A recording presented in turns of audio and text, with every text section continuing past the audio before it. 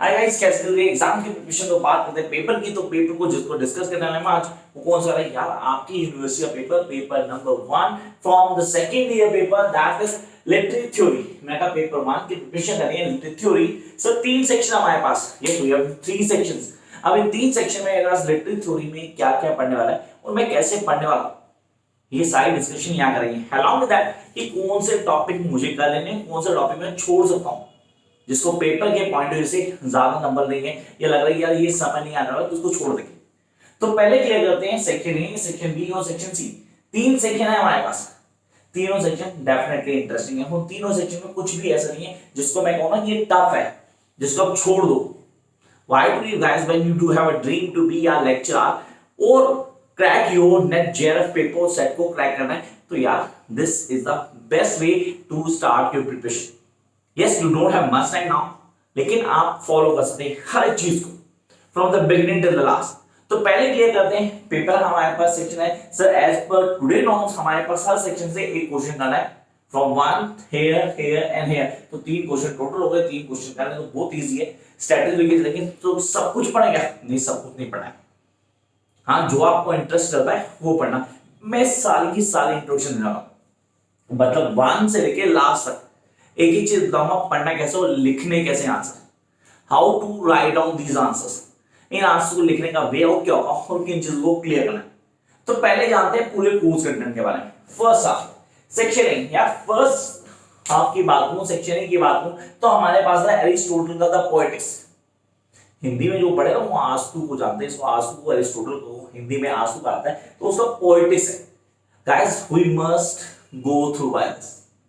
Honestly paper में हमने attempt करना है या नहीं करना, लेकिन इसका एक आइडिया, इसकी एक आइडियोलॉजी होनी जरूरी है।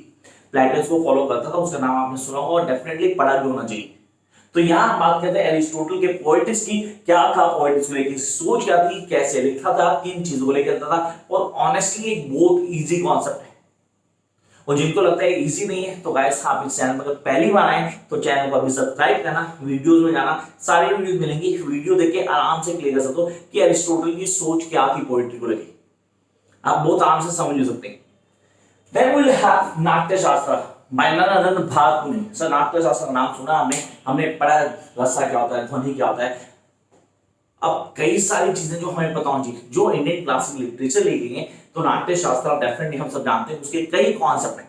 हाँ, ये बहुत लेंथी कॉन्सेप्ट है, जिसकी बात नाट्यशास्त्र, तो डेफिनेटली एक लेंथी कॉन्सेप्ट है, टाइम चाहिए, लेकिन मुश्किल नहीं है, बहुत इजीली कर सकते हैं।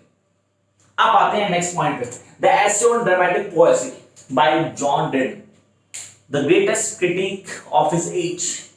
से इसके एज का ग्रेटेस्ट क्रिटिक में आता है जॉन ड्रेडन, पॉप के साथ आता था, तो आपने कहा सर न्यू क्लासिकल में इनका नाम बहुत बड़ा था, उनको हाईलाइट करता है। तो पेपर के पॉइंट से बहुत इजी मटेरियल है, जिसको पढ़ के हम मैक्सिमम नंबर स्कोर कर सकते हैं। और 100% चांस है कि इसका क्वेश्चन पेपर में होगा, 100% चांसेस है।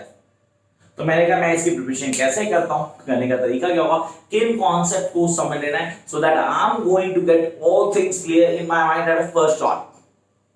थोड़ा हिंदी में समझते हैं, कॉन्सेप्ट को क्लियर करते हैं। मैंने कहा यार पेपर को पढ़ना है तो पहले जान लेते हैं कि पूरा कोर्स कंटेंट क्या है। खाली आपको ये बता दो ये कर लो, तो यार सब क्या कर रहा है, मैं आपको सब बता रहा हूँ कि भाई ये है। अब जो आपका इंटरेस्ट होगा आप उसके लिए जाना। मैं क्लियर कर देता हूँ, घबराने की जरूरत नहीं है कि आपने कहा ये मैंने किया, ये छोड़ दिया, ये छोड़ दिया, ये कर लिया, तो पेपर में वो आएगा नहीं आएगा। पेपर में चांसेस पूरे हैं कि आपके पास ऑप्शन होगी, आपको कोई एक क्वेश्चन करना होगा सेक्शन से, तो बहुत इजीली क्रैक कर लेते हैं। और मैं आपको क्लियर कर देता हूँ, अगर मैक्सिमम क्या होगा, हर सेक्शन से 2 आएंगे, तो पहले 2 कर लो, लास्ट के 2 कर लो, एक क्वेश्चन कंफर्म पक्का है। तो यहाँ आगे essay on dramatic poetry, then essay on criticism by pope.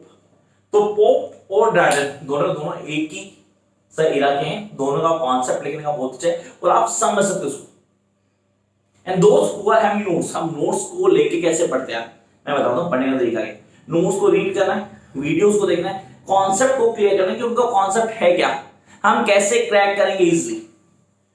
Go to theory, आपको रीडिंग करनी है, लिटरेचर को समझना है।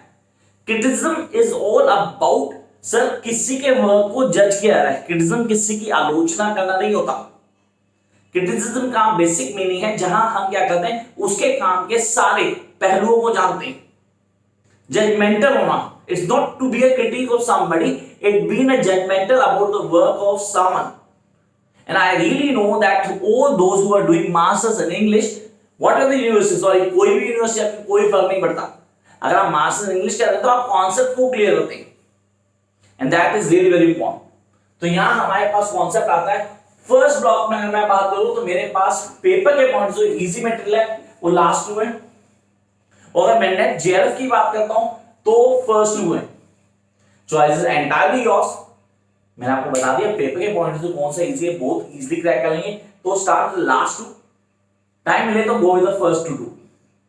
नॉलेज इकट्ठी करनी हो तो डिटेल में पढ़ना है. दोस्त who are having my notes guys, आपके पास तो बहुत टाइम है, आराम से तसल्ली से हर चीज क्लियर कर सकते हो. रही वीडियोस की बात तो आपको इस चैनल पे सारी वीडियोस मिल जाएंगी. तो ये हो गया हमारा पहला पॉइंट, सेक्शन ए वो था literary theory. Come to the second point, that is section B. अब सेक्शन बी में मेरे पास सबसे ज्यादा बायोग्राफिक लिटरेरी. सब biographic literary that is ST college. College का एक बहुत बड़ा वर्क बायोग्राफिक लिटरेरी जहां पर उसने हर चीज को हाईलाइट किया, एक एक पॉइंट को एक्सप्लेन किया, क्या है सर, क्या ऑटोबायोग्राफी एलिमेंट मिलता है यहाँ हमें, यहाँ उसकी सारी डिटेल दी गई है. एक थोरो रीडिंग हमें हर चीज क्लियर कर देती है. And then we are having the traditional and individual talent. Traditional and individual talent, इसका कॉन्सेप्ट क्लियर करता हूं. ये पुराने और नए में फर्क को बता रहा है. क्या था कॉन्सेप्ट, कैसे चल रहा था, किन चीजों को हाईलाइट किया, कौन कौन सी चीजें. तो फर्क है पुराने और नए का फर्क, उसको हाईलाइट किया गया. टैलेंट में, क्रिटिसिज्म में बात करूं, थ्योरी की बात करूं, लिटरेरी थ्योरी, तो पूरा का पूरा पॉइंट क्लियर किया था. And then we are having the source of protest in my novels. Mulk Raj Anand. You must have heard this name. Well-known name in Indian English literature. मुल्क राज आनंद. और मैं definitely चाहूंगा कि आप इसको प्लीज पढ़ना, इसके अनटचेबल को गो थ्रू करो, आपके कॉन्सेप्ट ऑफ राइटिंग कैसे लिखता है, लिखने का क्या तरीका होता है, किन कॉन्सेप्ट को फॉलो करता है, वो सारी चीजें हमें बहुत अच्छे से क्लियर होती हैं when we will go with this point. And then the last, imaginary homeland, Salman Rushdie. Must have his name, definitely you must have heard his name. इसका नाम होना ऐसा नहीं होता. Midnight raider, the greatest work that done by Salman Rushdie. से पैदा India में हुआ, फिर पाकिस्तान गया, फिर लंदन चला गया ड्यू टू सैटनिक वर्जन. हाँ, इसने लिखी. इसके अगेंस्ट क्या सर वो कुछ होता है, फतवा जारी भी हुआ. Then he came back to India. वहां पे कई चीजें हाईलाइट की, अपने घर को देखा, अलग अलग स्टेट्स को देखा, किन चीजों को प्रोविजन किया, सारी डिटेल इमेजिनरी होमलैंड होती. इमेजिनरी होमलैंड मतलब हर आदमी चाहता है कि उसको क्या है, उसकी किन लाइफ को डील करते हैं. Again the concept of autobiography, हर चीज हमें थॉरली पता होनी चाहिए. मैंने आपको ये नहीं कहा कि आपके लिए एक पॉइंट को क्लियर करो, मैं आपको सिर्फ एक के बारे में बताऊं, नहीं, मैं आपको हर चीज का बताऊं कि पढ़ना क्या है. पेपर पॉइंट से guys, this be the very important one. वही again last two, first two की नॉलेज डेफिनेटली होनी चाहिए क्योंकि वो आगे पक्का काम आने वाली है. यहां पे मैंने कहा लास्ट टू, यहां पे मैंने कहा लास्ट टू. देखो लास्ट टू तो सर अगला में लास्ट नहीं बोलोगे आप, नहीं मैं चेंज कर दूंगा, डोंट वरी. तो यहां हो गया हमारे पास फर्स्ट हाफ की. सिर्फ अभी तो इंट्रोडक्शन चल रही है, अभी यही बताऊंगा कि पेपर में आपने आंसर कैसे देने, how you guys are going to write down answer in examination. And then come to the next point, that is section C. Section C की बात की गई तो सेक्शन सी में पहला आता हमारे पास towards a feminist politics, a beginning in a feminist Elaine Showalter. मैं यहाँ बताता हूँ सब फेमिनिज्म पे बेस्ड है पूरा फेमिनिज्म. क्या है फेमिनिज्म? अच्छा बेसिकली हमने सुना था कि वुमेन राइटिंग जो थी ना पहले, उनको अपने नाम से लिखना नहीं दिया था, उनका नाम बदल के लिखा था. I am not about Indians, I am about foreign writers, ठीक है, उनको भी नहीं लिखने दिया था, अपने नाम को बदल के लिखा था. अच्छा, they have to go to a certain male publisher, उससे रिक्वेस्ट करके कैसे भी चीजें करवाई जाती थी. तो ये सारे पॉइंट हमें दिमाग में रखने हैं and we guys need to know कि एक एक चीज को कैसे हाईलाइट किया गया, किन कॉन्सेप्ट को फॉलो किया गया, and then how we are going to indulge. तो feminism, the concept women sir आपको कि उनको टारगेट किया जाएगा, मार्जिनलाइज किया गया, पूरी तरह एक एक कॉन्सेप्ट को बताया गया, वो सब यहाँ आता है.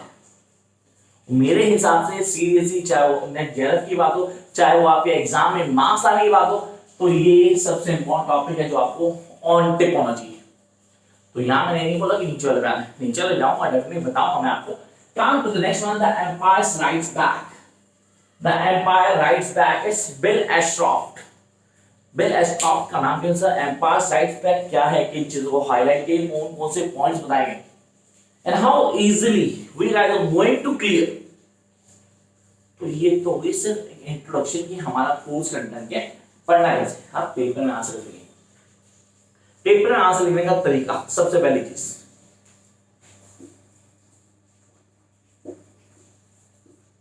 Points, your all answers must be in points, सारे के सारे आंसर पॉइंट्स में होंगे। Always start your answer with introduction.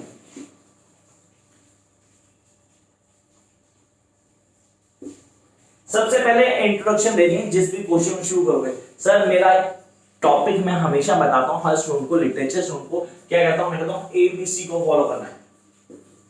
किसको करना है? ABC, accuracy, balance and consistency in your writing so that you can get max in marks. बात करते हैं एसीटी की। एसीटी, अभी एसीटी कैसा?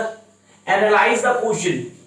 Analyse the question basic meaning होता है ऑल टेक्स्ट एंड फैक्ट्स, सारे कौन से क्लियर करने। तो इंट्रोडक्शन, पहला आ गया इंट्रोडक्शन। देन कॉन्सेप्ट, कॉन्सेप्ट में क्या आएगा हमारे पास? सब प्लॉट, समरी और द बेसिक्स, ये आएगा। And then the last test, TXT text, जिसको लिखना होता है। तो यहां आ गया बेसिक प्लॉट, जिसको आपने मेंशन करना है। This is the best way to score in your masters. अगर आपको मास्टर्स में मैक्सिमम नंबर लेने, हर कॉन्सेप्ट को क्लियर करना है, तो गाइस ये है टिप जिनको आपको फॉलो करना है। फॉर नोट्स पीछे नंबर दिया है, वहां पे आप कांटेक्ट करेंगे, नोट्स ले सकते हैं, डिस्क्रिप्शन बॉक्स में लिखा होता है। बाकी चीजों के लिए यार मेरे इंस्टा आईडी पे जाएंगे, वहां चीजें अपलोड करता हूं, वहां से आप फॉलो कर सकते हैं। वो मेरे इंस्टा आईडी पीछे है, तो आप इनको फॉलो कर सकते हैं। Till then like, share and subscribe. और हाँ, कोई भी डाउट है, कोई कॉन्सेप्ट क्लियर नहीं होता, तो यार free to write in comment box. Bye guys, all the best.